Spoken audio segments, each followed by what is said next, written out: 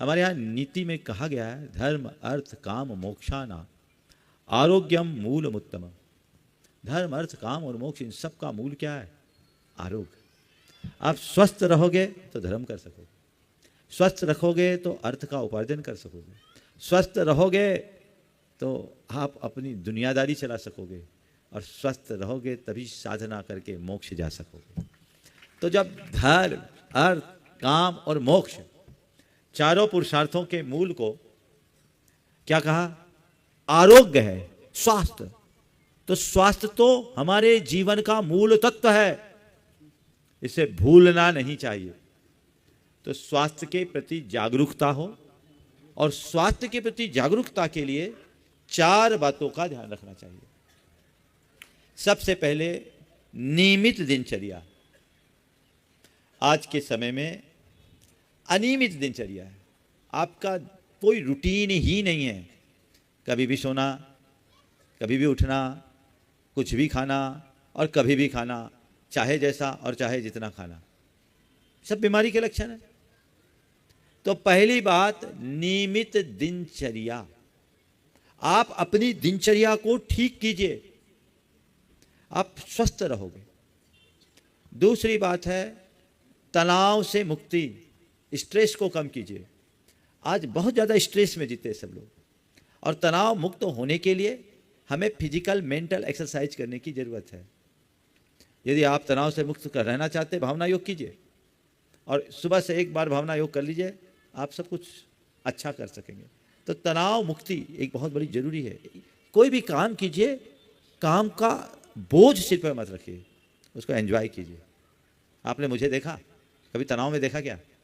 काम करता हूँ, काम नहीं करता, काम को एंजॉय करता हूँ, और यही जीने का एक आर्ट है। हमें उस आर्ट को अपनाना चाहिए, तनाव मुक्त रहिए। तीसरी बात संतुलित भोजन, खान पान पर संयम। अभी लोग, आप अपने दिन भर के खान पान को देखिए, क्यों खाते हैं आप?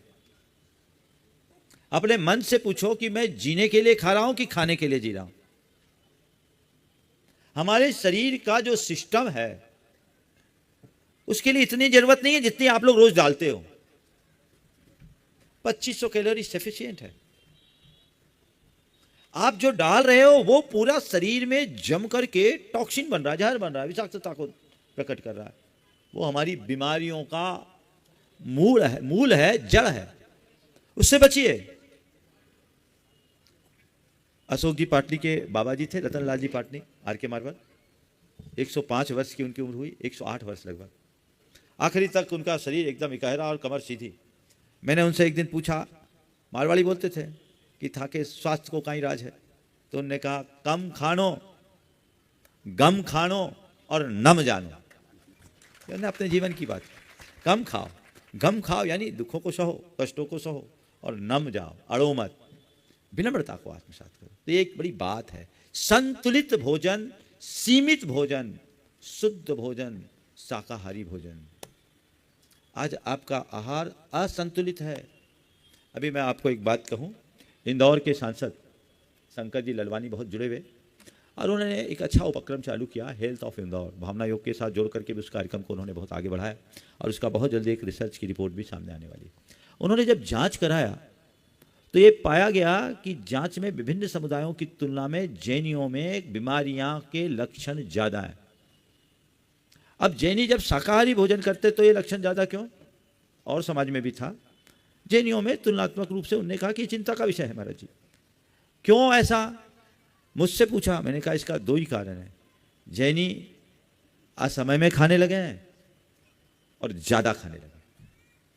आप जाइए, आप किसी के घर जाइए, उस किसी ने आपको रिक्वेस्ट किया, नाश्ता का प्लेट आया, आप खा लिया, अभी थोड़ी देर पहले खाना खा के गए, हो गया। अभी चाय पी के गए, फिर किसी ने चाय पिला दिया, चाय ले लिए, 1 कप लिया, एक, अरे माल उसका है, पेट तो तुम्हारा है। माल फ्री का हो सकता है, स्वास्थ्य तो नहीं। आप सोचिए क्यों खाते हैं और कितना खाते हैं। जब शरीर की रिक्वायरमेंट ना हो और फिर भी आप ले रहे हो तो आप अपने शरीर के साथ ज्यादती कर रहे हो और अपने संसाधनों का दुरुपयोग भी कर रहे हैं। इस पर विचार होना चाहिए। बार बार खाने की आदत से बचना चाहिए, ज्यादा खाने से बचना चाहिए। बहुत ज़्यादा तड़क भड़क मिर्च मसाले युक्त वस्तुओं के सेवन से बचना चाहिए। फास्ट फूड, जंक फूड और डब्बाबंद जितने भी खाद्य पदार्थ हैं उनसे बचना चाहिए।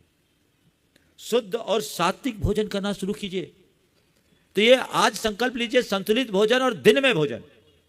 अभी तो आप लोगों ने सुना ही होगा, ऑटोफेजी का सिद्धांत विकसित हुआ जापान में, जिससे कहा गया कि व्यक्ति को सप्ताह में एक उपवास कम से कम करना चाहिए, उससे कैंसर जैसी बीमारी को हराया जा सकता है। और उसमें नोबेल प्राइज मिला। और एक इंटरमीडिएट मील, जो दूसरा कहा गया कि 2 भोजन के बीच में कम से कम 8 घंटे का अंतर होना चाहिए, ये व्यवस्था, और जिसमें रात्रि भोजन से बचने की बात की गई। तो ये चीज़ें यदि हम अपने जीवन में उतार लें तो हम स्वस्थ हो सकेंगे। और चौथी बात जो आप लोगों की लाइफ स्टाइल के लिए बहुत जरूरी है, स्वावलंबी बनने की बात। अपना काम अपने हाथ से करना शुरू कीजिए।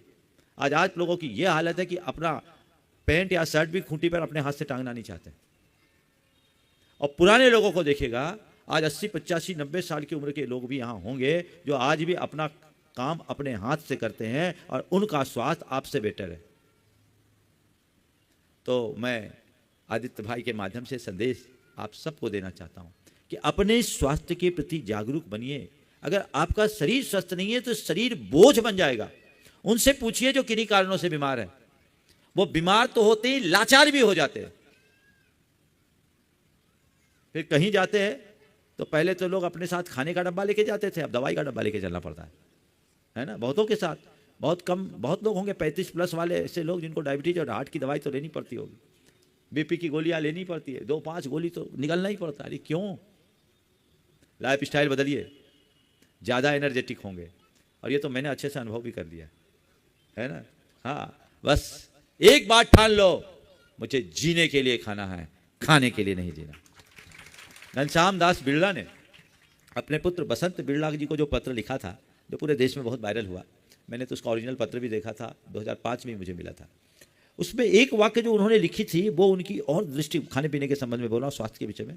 उन्होंने कहा कि भोजन को औषधि समझ करके खाना, भोजन को औषधि समझ कर लेना। जो लोग ज़्यादा खाते हैं वे बीमार रहते हैं, काम नहीं कर पाते। दृष्टिकोण तो भोजन को ही औषधि बना लो ना, जितना चाहिए उतना ही लो। और आपसे एक बात पूछता हूँ, पेट्रोल की गाड़ी में डीजल और केरोसिन डालोगे तो क्या होगा? बोलो, इंजन बैठेगा ना। तो अपना इंजन क्यों बैठा रहे हो? क्यों बैठा रहे हो? ये इंजन भी तो है, उस इंजन को तो रिप्लेस किया जा सकता है, यहाँ कोई व्यवस्था नहीं है, भट्टा ही बैठ जाएगा। इसलिए इस पर बहुत सावधानी रखनी चाहिए। बहुत बहुत आशीर्वाद। हाँ।